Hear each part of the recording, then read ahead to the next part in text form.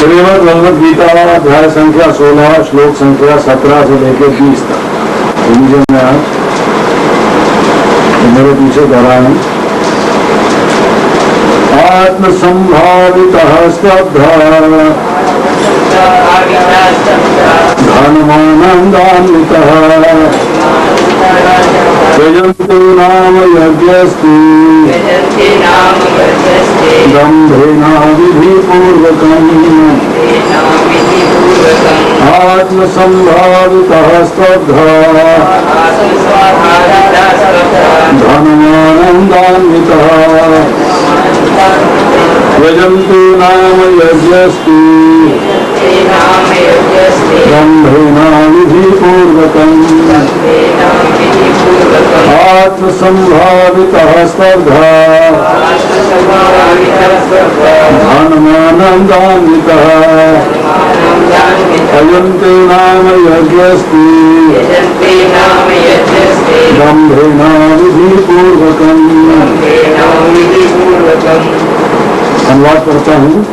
एक बहुत बात द्वारा लिखा हुआ, अपने को श्रेष्ठ मानने वाले तथा सदैव घमंड करने वाले संपत्ति तथा मिथ्या प्रतिष्ठा से मोहग्रस्त लोग किसी विधि विधान का पालन न करते हुए कभी कभी नाम मात्र के लिए बड़े ही गर्व के साथ यज्ञ करते हैं। श्लोक संख्या 18। मिथ्या अहंकार, बल, दर्प, काम तथा क्रोध से मोहित होकर आसुरी व्यक्ति अपने शरीर में तथा अन्यों के शरीर में स्थित भगवान से ईर्ष्या और वास्तविक धर्म की निंदा करने लगते हैं। श्लोक संख्या 19। जो लोग ईर्ष्यालु हैं तथा क्रूर हैं और नराधम हैं, उन्हें मैं निरंतर विभिन्न आसुरी योनियों में बहुत सागर में डालता रहता हूँ। श्लोक संख्या 20। एक उनके पुत्र ऐसे व्यक्ति आसुरी योनि में बार बार जन्म ग्रहण करते हुए कभी भी मुझ तक नहीं पहुँच पाते, तो धीरे धीरे अत्यंत अधम गति को प्राप्त होते हैं।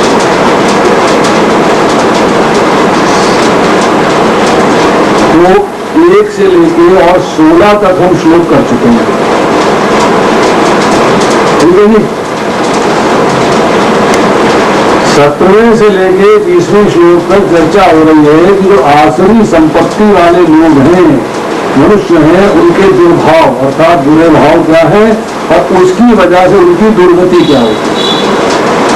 मतलब किस प्रकार के गलत भाव लेके वो रहते हैं, किस प्रकार के गलत भाव उनसे प्रकट होते हैं, कैसा गलत व्यवहार करते हैं, कैसा गलत आचरण करते हैं, और फिर उसके बाद उसकी दुर्गति का वर्णन है। मतलब ये है कि 16वें अध्याय के अंदर 17वें श्लोक से लेकर 20वें श्लोक तक आसुरी संपत्ति वाले मनुष्यों के दुर्भाव और दुर्गति के वर्णन की बात हुई। अब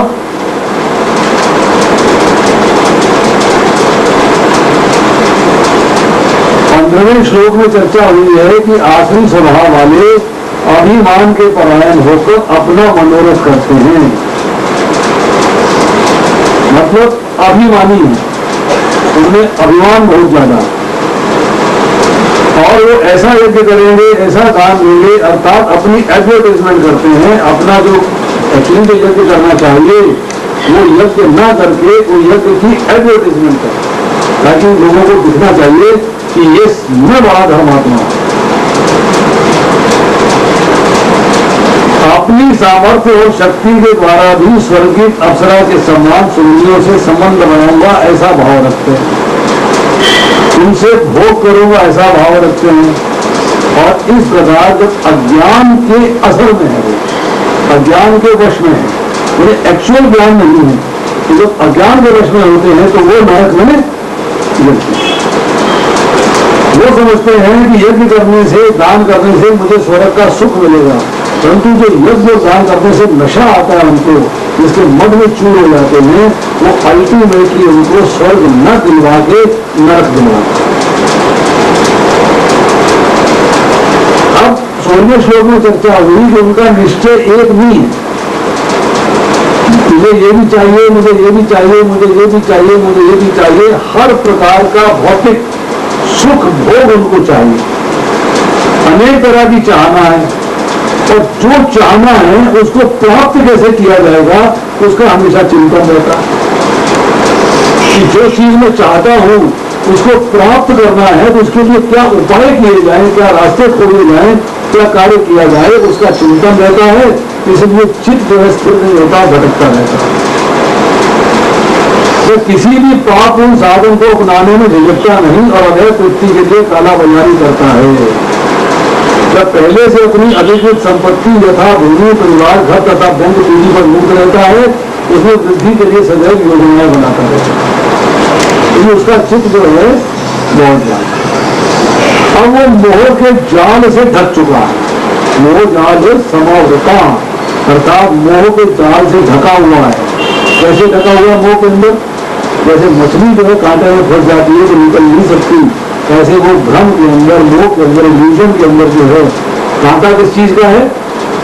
अपने मनोधर्म का, अपने मनोरथ रूपी जाल का कि यस आई वॉन्ट यस। सुना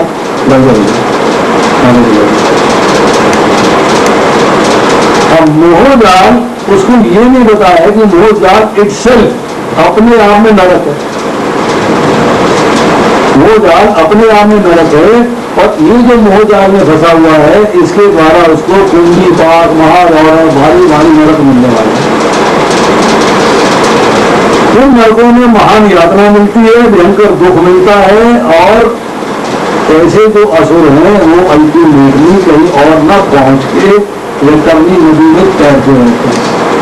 वो नदी जो कि खून और पस खून से भरी। आसुरी व्यक्ति की क्वालिटी क्या हुई कि जो भी उसके सामने आया उसका वो दुश्मन बन गया। पहली दुश्मनी परिवार में, फिर समाज में, उसके बाद राष्ट्र में, फिर अंतर्राष्ट्रीय। मतलब दुश्मनी जो है उसका दायरा बढ़ता जाता है। ऐसा व्यक्ति प्रभुपाद लिखते हैं स्वयं को परम ईश्वर मानता है और अपने अनुयायियों से कहता है तुम लोग ईश्वर को अन्यत्र क्यों ढूंढ रहे हो, तुम स्वयं अपने ईश्वर हो, तुम जो चाहो कर सकते हो, ईश्वर पर विश्वास मत करो, ईश्वर को दूर करो, ईश्वर मृत है। ये आसुरी लोगों के उपदेश।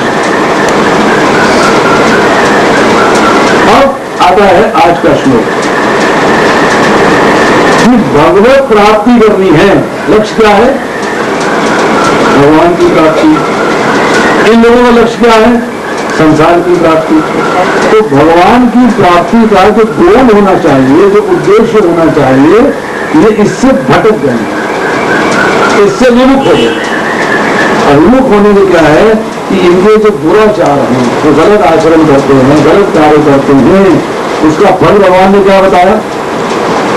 नरक की प्राप्ति। अब जो प्रेजेंट सिनेरियो चल रहा है, अभी तो जीवन है, जो प्रेजेंट सिनेरियो चल रहा है इसके अंदर अपने दुराचार के द्वारा, गलत आचरण के द्वारा जो उन्होंने बीज बोए हैं, जो मन में बुरा भाव लाए हैं, जो दुर्भाव हुआ है, उसकी प्रेजेंट सिनेरियो में प्रेजेंट जो चल रहा है उसमें उनकी दुर्दशा क्या होती है, उसका रिजल्ट क्या होता है और फिर भविष्य में क्या रिजल्ट होगा। तो ये सारे की चर्चा भगवान अगले 4 श्लोकों में करते हैं, 17, 18, 19 और 20। इसमें चर्चा चल रही है। यहाँ देते हैं कि अपने को श्रेष्ठ मानने वाले तथा सदैव घमंड करने वाले संपत्ति तथा मिथ्या प्रतिष्ठा से मोहग्रस्त। अब आगे बता रहे हैं कि ये लोग करते क्या है? विधि विधान का पालन नहीं करते, परंतु कभी कभी अपने आप को एडवर्टाइज करने के लिए नाम मात्र के लिए यज्ञ करते हैं। यस, देखो मैंने कितना काम किया, देखो मैंने कितना भारी यज्ञ किया। तो यज्ञ जो है विधि अनुसार नहीं, अविधि पूर्वकम, अविधि पूर्वक है, विधि के अनुसार नहीं किया जा रहा, परंतु करते किसके लिए है कि अपने को श्रेष्ठ मानना, क्योंकि मैं सबसे सुपीरियर हूं, उसका घमंड करना, उसका अभिमान करना और अपने पास जो धन है, लक्ष्मी है, पैसा है, जमीन है, जायदाद है, मकान है, प्रॉपर्टी है और जो मेरा झूठा यश संसार में फैल रहा है उसके प्रति नहीं। ये बात बताई जा रही है। आत्म संभाविता, आत्म मतलब सेल्फ, मतलब अपने आप को पूजनीय मानना और मनवाना। मेरा आदर करो, मेरा सम्मान करो। तो किससे करवाते हैं? अपने ही जैसे लोगों के द्वारा, श्रेष्ठ लोगों से नहीं। कि जो मेरे जैसे लोग हैं वही मेरा मान करें, वही मेरा सम्मान करें, उनके द्वारा जो कि वेदों को नहीं मानते, क्योंकि जो वेदों को मानते हैं उनका सम्मान करेंगे नहीं। तो किसके द्वारा सम्मान कराते हैं? जो लोग शास्त्रों को नहीं मानते। स्तब्धा, श्रद्धा का अर्थ ये है नो ह्यूमिलिटी, अर्थात उनमें विनीत भाव, विनम्रता नहीं होती। गुस्सा हर वक्त नाक पे रखा रहता है, जब भाषा बोलेंगे कड़वी बोलेंगे, टेढ़ी बोलेंगे और अहितकारी बोलेंगे, सामने को कष्ट हो ऐसी भाषा बोलेंगे। किसी के आगे झुकते नहीं, क्योंकि इन्हें अपने में बड़ी अकड़न है, अपने में बड़ा घमंड है, बहुत अहम है। मैं वो किसी से कम होगा, मैं क्यों झुकूं, मैं छोड़े बोल रहा हूँ, मैं विनम्र क्यों हूँ, मेरे तो बड़ी गाड़ी है, रास्ता आप छोड़ो मैं क्यों छोड़ू। मतलब झगड़े में लगे हुए। और उसके बाद है धन मान मदान्यता, अर्थात धन जमा मान के मद से चूक। बहुत पैसा मिलता है, बहुत विद्या प्राप्त करी है, बहुत ज्ञान प्राप्त किया है, मैं मिनिस्टर्स को जानता हूँ, ऑफिसर्स को जानता हूँ, बड़े बड़े रिच पीपल को जानता हूँ, मेरा दिनी पहुंच दूर दूर तक है। मतलब अपना मान सम्मान जो है ऐसे चाहते हैं जैसे कि परमहंस होता है, मतलब मुझसे बड़ा कोई भी नहीं। और यजंते नाम यजस्ते दम्भेन, जैसे कि 15वें श्लोक में शब्द इस्तेमाल हुआ था यक्षे दास्यमी, अर्थात दम्भ पूर्वक केवल मान के लिए यज्ञ करते। दम्भ का मतलब होता है जो नहीं है उसको वैसा बन के दिखाना।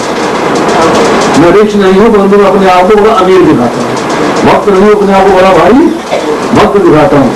और अविधि पूर्वक मतलब शास्त्र के विरुद्ध, अर्थात जिसको दान नहीं देना है उसको दान नहीं दिया, तो जहां दान देना चाहिए वहां दान दिया।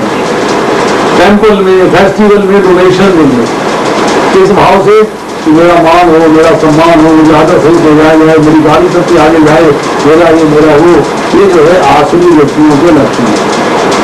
अब 18वें श्लोक में कहते हैं कि मिथ्या अहंकार बल दर्प काम तथा क्रोध से मोहित होकर आसुरी व्यक्ति अपने शरीर में तथा अन्यों के शरीर में स्थित भगवान की ईर्ष्या और वास्तविक धर्म की निंदा करने लगते हैं। वास्तव में वे अपने प्रति और अन्यों के प्रति भी द्वेष रखता है, वे अन्य जीवधारियों भी तथा स्वयं अपनी भी हिंसा करता है। अपनी हिंसा कैसे कर रहा है? यदि जो गलत कार्य कर रहा है उसे नरक की योनि प्राप्त हो रही है तो उसको अपलिफ्टमेंट नहीं हो रही, तो उसके लिए हिंसा है, अपने को वो नीचा गिरा रहा है। शास्त्रों तथा भगवान से ईर्ष्या करने के कारण वह ईश्वर के अस्तित्व के विरुद्ध झूठे तर्क प्रस्तुत करता है। वो कहता है कि भगवान नहीं है, तुम ही भगवान हो, मैं ही भगवान हूँ, सभी भगवान है, हमारे अंदर ऐसे गुण आ सकते हैं कि हम सबके सब भगवान बन सकते हैं। यहाँ क्या चर्चा हो रही है? अगर उसका कोई शत्रु उसे इंद्रिय कार्यों में आगे बढ़ने से रोकता है तो अपनी शक्ति से छिन्न भिन्न करने की योजनाएं बनाता रहता है कि किस तरीके से मैं इस व्यक्ति को नुकसान पहुंचाऊं। आश्रय लेता है अहंकार का, बल का, घमंड का, काम का, क्रोध का, जब सहारा आधार बनाता है। और करता क्या है? भगवान से द्वेष नंबर 1 और साधुओं से द्वेष, जिनके हृदय में भगवान, प्राणियों से द्वेष क्योंकि भगवान सबके हृदय में विराजमान है। तो साधुओं के जो गुण होते हैं उनमें से भी मोक्ष ढूंढता है, उन्हें भी दोष ढूंढता है। देखो इसमें ये कसूर है, इसमें ये कसूर है, इसमें ये कसूर है, इसमें ये दोष है। ऐसे व्यक्ति जो है वेदों का अपमान करते हैं। असूयता मतलब इनको श्रद्धा नहीं होती, ईर्ष्यालु होते हैं, ये वेदों का अपमान करते हैं। और जो शास्त्र, जो वेद भगवान का वर्णन करते हैं उनको कहते हैं ये ऐतिक है, ये पाखंड है, ये डकोर शंकी है, ये तो किसी ने भांग पी के लिखी है, ऐसे विचार प्रकट करते हैं। इनमें जो अहंकार होता है उसके वश में आके कहते हैं कि मैं ही अकेला सारे कार्य कर सकता हूं, आई एम सो पावरफुल। इनमें जो बल है उसमें कहते हैं कि सारा कार्य मेरे द्वारा किया है, आई एम द विनर, मैं ही विजेता हूं, मेरे से कोई जीत नहीं सकता। इनमें जो एरोगेंस है, दर्प है, उसका मतलब यह है कि मेरे बराबर कोई है ही नहीं, मैं ही सबसे उच्च हूं। इनमें जो काम अर्थात कामनाएं हैं, लस्ट है, उसका मतलब है मेरी कामनाएं सबसे अधिक हैं, मेरे बराबर तो कोई कामना ही नहीं कर सकता और मेरे बराबर कामनाओं की फुलफिलमेंट भी कोई नहीं कर सकता। मैं ही कामनाओं को पूर्ण करने में सक्षम हूं और कोई नहीं। और क्रोध, तो क्रोध जो वशील होता है तो कहता है कि मैं तो किसी का भी हत्या कर सकता हूँ, किसी को मार सकता हूँ, तो शत्रु है मेरा, इसकी मेरे सामने विश्वास क्या है, जब चाहूँ इसको चीटी की तरह मत समझो। तो लोग बताते हैं ना, जब चाहूँ इसको चीटी की तरह मत समझो। और भगवान क्या कहते हैं? भगवान कहते हैं कि श्रुति में स्मृति में, मतलब वेदों, उपनिषदों, पुराणों, इतिहास, इन सब के अंदर जो है मेरी ही आज्ञाएं हैं, मेरी ही इंस्ट्रक्शन हैं, और इनका उल्लंघन करके जो अपने तरीके से, अपने मनमाने ढंग से आचरण करता है, व्यवहार करता है, इसका मतलब ये है कि मेरी आज्ञा का भंग है। तो मेरी आज्ञा को भंग करता है तो मेरे से द्वेष करता है, तो मेरे से द्वेष करता है तो ऐसा मनुष्य डेफिनेटली निश्चय ही नरक में। अब भी सूर्यता, उसने एक आखिरी शब्द इस्तेमाल किया 4वें श्लोक में, मतलब कि मेरे तथा मेरे भक्तों के प्रति दोष दृष्टि रखनी, ईर्ष्या हो जानी। योगी भगवान तो भक्तों की रक्षा करते हैं, दुष्टों का विनाश करते हैं। वो इंसान नहीं है क्या? उनका विनाश क्यों किया जा रहा है? सभी तो इंसान है, उनका विनाश क्यों किया जा रहा है? इसका मतलब है भगवान जो है पक्षपाती है, पक्षपात करते हैं। हाँ, अरे वो भक्त देखो, उसमें भी काम है, क्रोध है, द्वेष है, ईर्ष्या है, मद है, मत्सर है, सारा कुछ है उसके अंदर, कौन सी चीज कम? मतलब ऐसे लोग जो है जो आसुरी संगति वाले हैं, सिर्फ नॉनसेंस बोलते हैं और कुछ नहीं।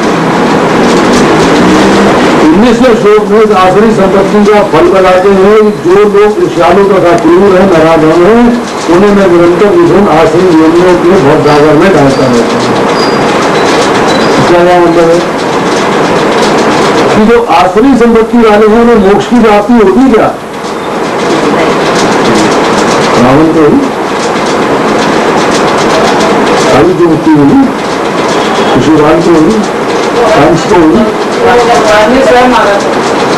स्वयं भगवान का करते थे, क्या ईश्वर को।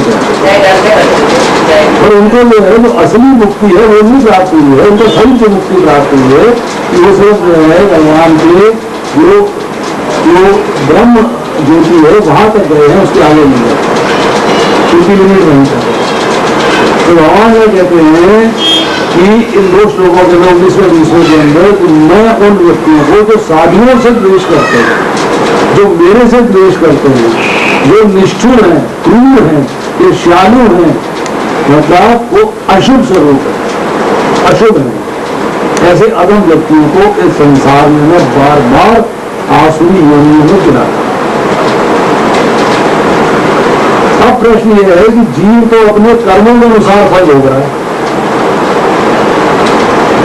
अब जो व्यक्ति भगवान, वेद, शास्त्र का, भक्तों का द्रोही है, उसको तो अपने कर्मों का फल भोगना ही है। ये संविधान किसने बनाया? भगवान ने। रूलिंग किसकी है? भगवान की।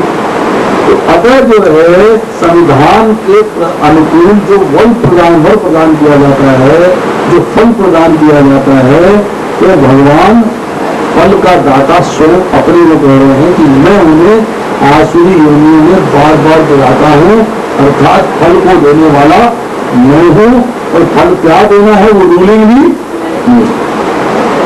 दोनों काम देगा। देखते हैं किसी जीव को किसी विशेष शरीर में रखने का परमेश्वर को विशेष अधिकार था। हाँ, तो कर्मों के फल अनुसार कैसा शरीर मिलेगा ये भगवान के हाथ में है, राजे लिखते हैं अगला जन्म भगवान के निर्णय पर निर्भर करेगा, व्यक्ति पर नहीं। कि भगवान क्या फैसला करते हैं उसके ऊपर डिपेंड करता है। अब क्या कहते हैं कि जिन लोगों के पास आसुरी संपदा, जिन व्यक्तियों ने पाप करने का अपराध किया है, उनके लिए उस पाप के अपराध से शुद्धिकरण कैसे है? How will they get purified? शुद्धि करने के लिए भगवान उसको नरक में ले, यहाँ तेरे पाप फल कट जाएंगे और तू शुद्ध होकर वापस फिर उच्चतम उच्च लोक में आएगा, तो उससे उच्च में आएगा, तो उससे उच्च में आएगा, फिर हो सकता है तेरे को मनुष्य शरीर मिले और फिर दोबारा भी भगवान के धाम जाने का तेरे प्रयास सफल।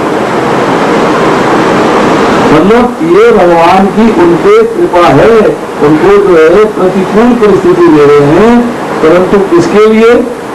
उनके शुद्धिकरण। अब देते हैं नराधम। नराधम मतलब नराधम का मतलब है मनुष्यों में अधम। अधम का मतलब होता है निकृष्ट, गिरे हुए, नीच। क्यों है? अब सोचिए आप, जो तो व्यक्ति नरक में गया, भगवान क्यों नराधम कह रहे हैं? भगवान कह रहे हैं कि जो व्यक्ति नरक में गया है वो तो पाप फलों को भोग कर शुद्ध होकर ऊंची योनियों में जा रहा, तो निम्न योनि वाले ऊंची योनियों में आ रहे हैं। परंतु मनुष्य जिसको गोल्डन चांस मिला हुआ है इससे उच्च योनि में जाना, अर्थात भगवान के धाम पहुंच जाना, वो उस फैसिलिटी को न यूटिलाइज करता हुआ, उस फैसिलिटी को न समझता हुआ, न उसके अनुसरण करता हुआ कहाँ जा रहा है? अन्याय करता है, पाप करता है, पशु पक्षियों में। इसीलिए वो मनुष्यों में अधम। मनुष्यों में उत्तम कौन है? नरोत्तम। नरोत्तम कौन है? जो अपने जीवन का लक्ष्य भगवान की सेवा को मानता हुआ, भगवान का प्रेम प्राप्त करने को मानता हुआ, भगवान के धाम को मानता हुआ भगवान की सेवा में लग जाता है और परम धाम की प्राप्ति है। इसीलिए कहा गया है कि ये आसुरी संपदा वाले लोग नराधम है। और साथ ही ये कहा गया कि इनका संग करना भी गलत। आसुरी संपत्ति वालों का संग करना भी बुरा कहा गया। क्यों कहा गया बुरा? जो व्यक्ति नरक में वास कर रहा है उसके पाप नष्ट हो रहे हैं और वो शुद्धिकरण को प्राप्त हो रहा है। तो अगर आप दुष्ट का संग करते हो तो आपसे नए पाप होते हैं, जब आपसे नए पाप होते हैं तो आप अशुद्ध होते हो, अशुद्ध होते हो तो अल्टीमेटली पाप के ऐसे बीज बोल दिए जाते हैं जो आपको 84 लाख योनियों में घूमना चाहिए। इसकी वजह से हुआ दुष्टों का संग करना चाहिए। यही बात जो है गुरुबा लिखते हैं, इस स्पष्ट कहा गया है कि असुरों के गर्भ में निरंतर रखे जाते हैं, इस प्रकार ईर्ष्यालु बने रहते हैं, मानवों में अधम है, ऐसे आसुरी योनि वाले मनुष्य सदैव काम से पूरित रहते हैं, सदैव उग्र घृणास्पद तथा अपवित्र होते हैं। जंगलों के अनेक शिकारी मनुष्य आसुरी योनि से संबंधित माने जाते हैं। अब विशेष श्लोक में कहते हैं, एक उनके पुत्र ऐसे व्यक्ति आसुरी योनियों में बार बार जन्म ग्रहण करते हुए कभी भी मुझ तक नहीं पहुंच पाते, उन्हें धीरे धीरे अत्यंत अधम गति प्राप्त। और यहाँ पर जो है थोड़ा सा ये समझना है कि भगवद गीता के तीसरे अध्याय के अंदर भगवान क्या कहते हैं। तीसरे अध्याय का जो 37वां श्लोक है उसमें भगवान कह रहे हैं, हे अर्जुन, इसका कारण रजोगुण के संपर्क से उत्पन्न काम है जो बाद में क्रोध का रूप धारण करता है, जो इस संसार का सर्वभक्षी पापी शत्रु है। मतलब रजोगुण का संपर्क। इसलिए भगवान ने अर्जुन को भगवद गीता के दूसरे अध्याय के 45वें श्लोक में बोला कि तुम तीनों गुणों से ऊपर। इन तीनों गुणों से ऊपर उठो। तुम्हें तीनों गुणों के अंदर नहीं रहना, तुम्हें तीनों गुणों से ऊपर जाना। मतलब प्रकृति का जो अंश है शरीर, उसमें आपका राग हो गया। उसमें राग होने के बाद आपके अंदर आसुरी संपत्ति ज्यादा आ रही है, और यही जो राग है, यही जो कामना है, यही जो काम है आपके पापों का कारण। तो जब कामना बढ़ती है तो आपसे पाप होते हैं। इसका मतलब है जब कामना होगी तो आसुरी संपत्ति बढ़ेगी, आपके अंदर आसुरी गुण जो है बढ़े। अब भगवान कहते हैं चौथे अध्याय के 11वें श्लोक के अंदर कि जो भक्त जिस भाव से मेरी शरण लेते हैं भगवान उनको वैसा ही आश्रय देते हैं।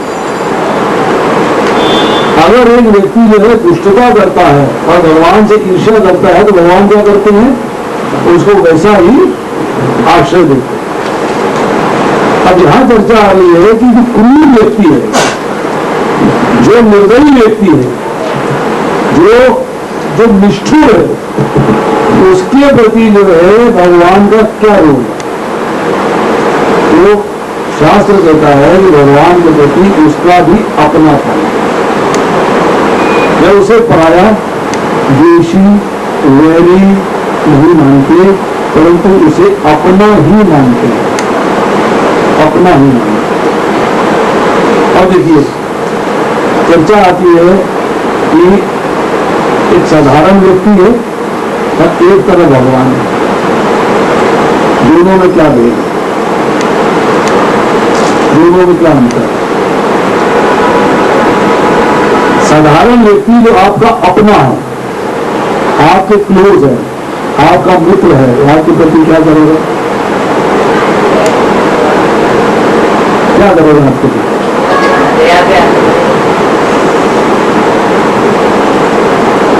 आपकी सुख सुविधा का इंतजाम करेगा, आपके लिए सुख प्राप्ति हो, आपको सुविधाएं रहे, आपका अपना है वो, तो आपके लिए सुख सुविधा का इंतजाम करे। अब जब सुख सुविधा का इंतजाम हुआ तो रिजल्ट क्या निकला कि आप सांसारिक सुख में फंस गए। एक के बाद एक संसारिक सुखों में फंसते जाए, मतलब आपको लौकिक सुख की प्राप्ति हो रही। भगवान जिसके प्रति अपनापन करते हैं उसको कृपा करते हैं प्रतिकूल परिस्थिति देते ताकि शुद्ध हो जाए और प्योरीफाई हो जाए, और प्योरीफाई हो जाए। तो जितना प्योरीफाई होगा उतना मेरे धाम में आने का रास्ता आसान करेगा। तो फायदेमंद जो है वो अपने सांसारिक सुख प्राप्त करना है या प्रतिकूल परिस्थितियां प्राप्त करके भगवान को धाम जाना। हमें जब कष्ट आते हैं वो रोते हैं, उसे भी होती है। भगवान हमको इतनी कृपा कर रहे हैं कि हमको दारुण स्थिति पैदा कर रहे हैं, हमको कष्टदायक स्थिति पैदा कर रहे हैं जिससे कि हम भगवान के धाम लौट कर वापिस जा सकते। नहीं मांगा उसने, कहा मुझे जो है विपरीत परिस्थितियां मिले। जब परिस्थितियां विपरीत होती हैं, जब परिस्थितियां विपरीत होती हैं तब मैं आपको याद करती हूँ, जब आपको याद करती हूँ तब आप आते हैं।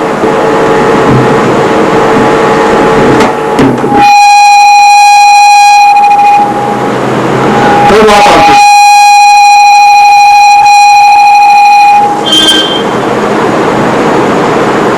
एक पिता जो है बच्चे को डांटता है तो किस लिए डांटता है, इसमें ईर्ष्या तो नहीं होती, वैर तो नहीं होता, द्वेष तो नहीं होता। तो टीचर बच्चे को डांटता है तो किस लिए डांटता है, ताकि बच्चे का सुधार हो। तो इसी तरीके से भगवान जो है हमारे लिए कुछ बुरा आदेश करते हैं तो किस लिए करते हैं, हमारा सुधार करने के लिए, हमारा उद्धार करने के लिए, ना कि हमसे दुश्मनी करते। अब कहते हैं कुंती पुत्र ऐसे व्यक्ति आसुरी योनि में बारंबार जन्म ग्रहण करते हुए कभी भी मुझ तक नहीं पहुंच पाते, तो धीरे धीरे अत्यंत अधम गति को प्राप्त होते हैं। प्रभुपाद जी लिखते हैं, ये तर्क दिया जा सकता है, यदि ईश्वर ऐसे असुरों पर कृपालु नहीं है तो उन्हें सर्व कृपालु क्यों कहा जाता है? इस प्रश्न के उत्तर में कहते हैं कि परमेश्वर किसी से भेदा नहीं करते, असुरों को न्यूनतम योनि रखना उनकी कृपा की अन्य विशेषता है। क्यों विशेषता है?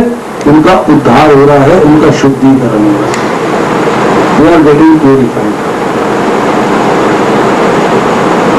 तो यहाँ कहते हैं, हे कौंतेय, जन्म जन्म आसुरी योनि को प्राप्त होकर वो मूर्ख व्यक्ति, हम मूर्ख जो आसुरी संपदा वाले हैं, मुझको प्राप्त न करके पहले से अधिकतर अधम गति को प्राप्त, क्योंकि उनके जो कार्य हैं मेरे प्रति न होके वो आसुरी संपत्ति के प्रति हैं, तो उनकी योनियां जो है और निम्न होती जाती है, गति जो है और अधम होती जाती है, एक के बाद एक डाउनफॉल आता जाता है। अब छांदोग्य उपनिषद में लिखते हैं कि वे मेरी कृपा और दया कभी भी नहीं प्राप्त कर सकते, नेवर। आसुरी प्रकृति के द्वारा वे शूकर, कुकर एवं चंडाल की योनि को प्राप्त करते हैं, उनको निम्नतम योनियां मिलती है। अब भगवान कहते हैं कि मैंने तुझे एक रेयर चांस दिया। रेयर चांस क्या है? कि मनुष्य योनि दी, तो तूने उसका क्या फायदा उठाया? What have you done? क्या किया तुमने? तूने जो है गहरी संपदा को जागृत न करके आसुरी संपदा को जागृत किया, और पशु पक्षी वाली योनि में जाने को तू तैयार है, क्योंकि तू कर्म ही ऐसे कर रहा है। तो इसीलिए जो है कहते हैं कि तुमको बार बार आसुरी योनियों में जन्म लेना है, क्योंकि तुमने जो जीवन तुम्हें दिया है उसका फायदा उठाया, तुमने उसका लाभ नहीं उठाया। अब यहां पर जो शब्द इस्तेमाल हुआ है, माम प्राप्य, मुझको पाए बिना, मतलब मैंने तुझे चांस दिया गोल्डन की, तो मुझे पा ले, परंतु तूने मुझको नहीं पाया। तो कई बार जो है वहां भाषा में शब्द इस्तेमाल करते हैं, मुझे बड़ा दुख होता है, इतना मैंने इस पर पैसा खर्च किया, कोई फायदा नहीं उठाया इसे, इतना इसे चांस मिला, इतनी सिफारिशें मिली, इतना गोल्डन चांस मिला, तो इसने उसका फायदा उठाया नहीं। बड़े दुख की बात है।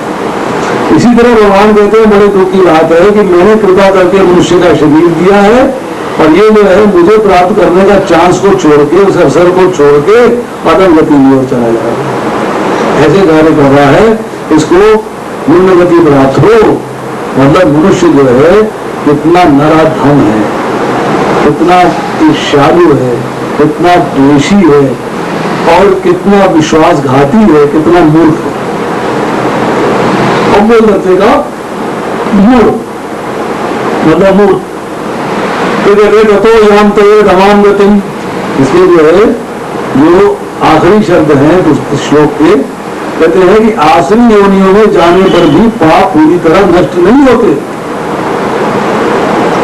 पाप बने रहते हैं।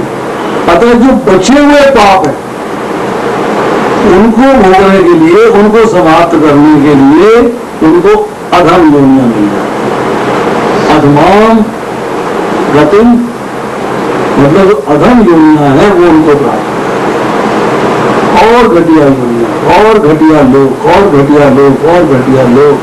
तो किस लिए प्राप्त हो रहे हैं कि भाई अब जो है इन लोगों में जाके तू शुद्धि प्राप्त करके लौट कर फिर मेरे पास आ जा, मनुष्य शरीर दोबारा मिलेगा, दोबारा ठीक से कार्य कर, अपने लक्ष्य की पूर्ति कर, और मुझे प्राप्त करके मेरे धाम में आ जा।